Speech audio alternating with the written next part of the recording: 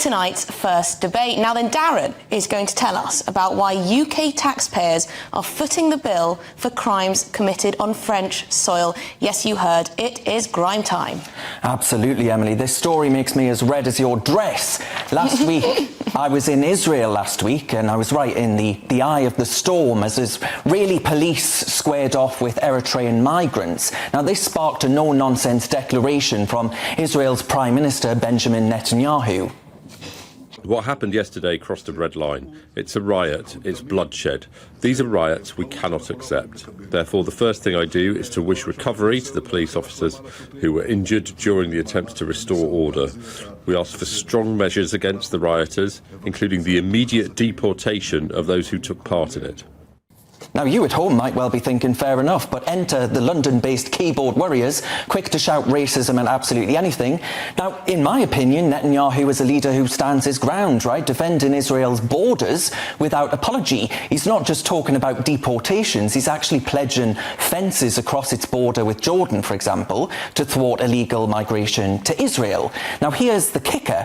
Israel isn't a country that surrendered its border security to some pontificating European court that loves to school Britain on human rights. I was reminded of this when yesterday's headlines declared 2 Channel migrants who dared to assault French police are now behind bars. Now, wait a second, because you might think they're behind bars in their own countries, such as Iraq or Sudan, where they hail from, but they're not. They're not even in France. They're serving time at His Majesty's pleasure, all on your dime. And let's not kid ourselves here. They'll be out faster than you can say Britain, the soft-touch nation.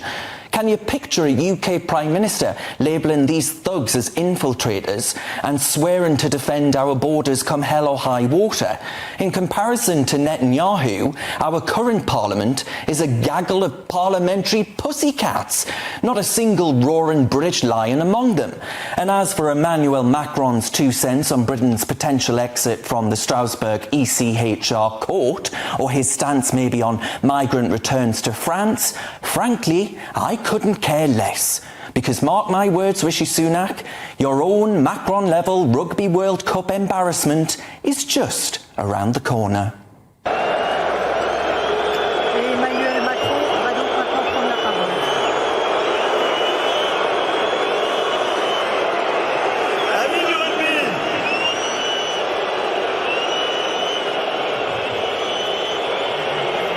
Pour nous tous.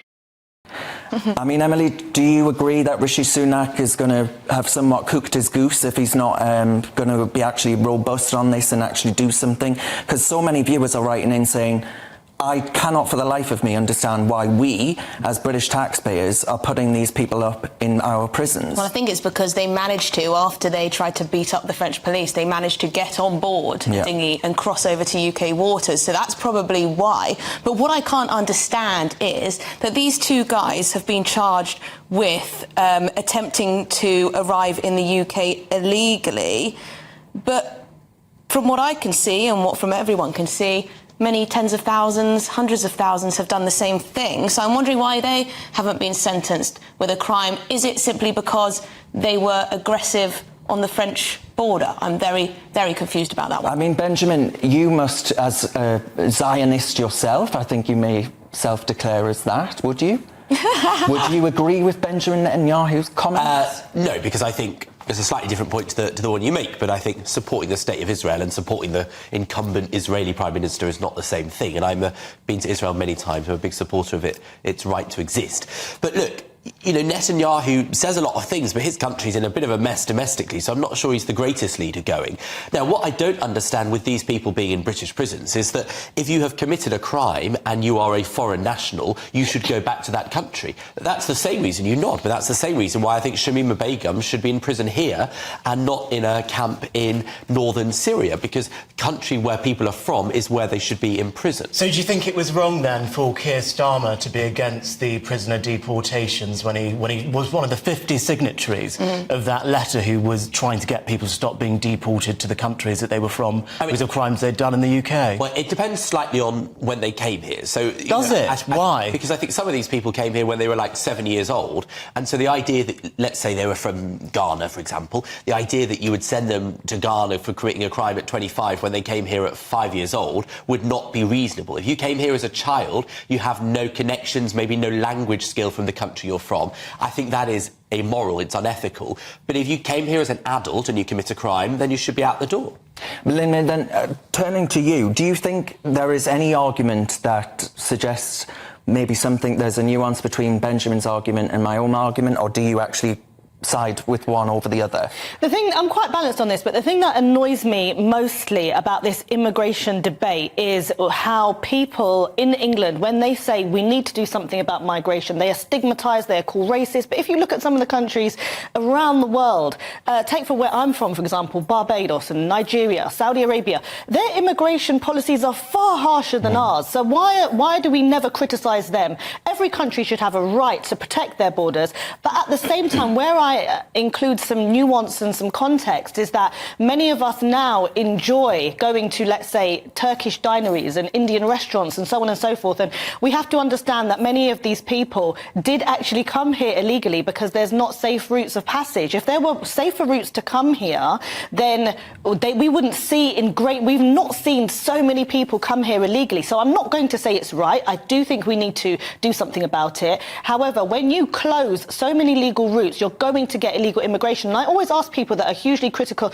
I'm more critical of our government as opposed to the people that are coming here, because wouldn't you, if you had an awful life, wouldn't you try and go somewhere? I think you're wrong about that, though, because you could get on a flight to the UK and then try and claim asylum. People are coming in this way because it's easier and you can get around the protocol. So even if we had so many safe and legal routes, people would still take different ways. So, for example, people coming from India.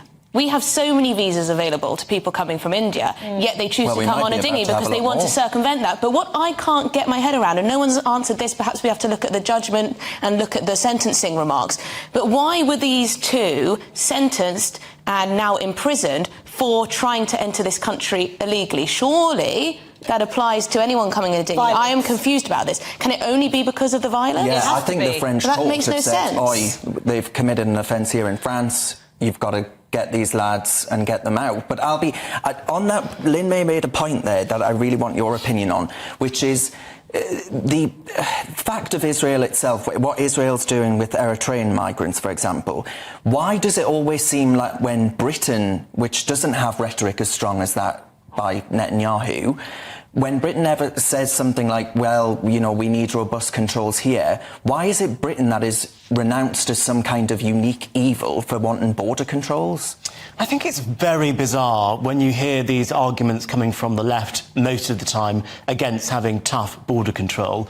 There is absolutely nothing wrong with saying we need a controlled immigration policy. That should be something which all political parties, perhaps apart from the Green Party, can agree upon. We do not want open borders. That would be chaos. We need a strong border, we need a strong immigration policy which is both controls migration but allows the skilled migration in that we need to plug the employment gaps in our economy. Yes, well, I think we'll end it there, but Benjamin, I never knew you'd be Benjamin Send 'em home Butterworth.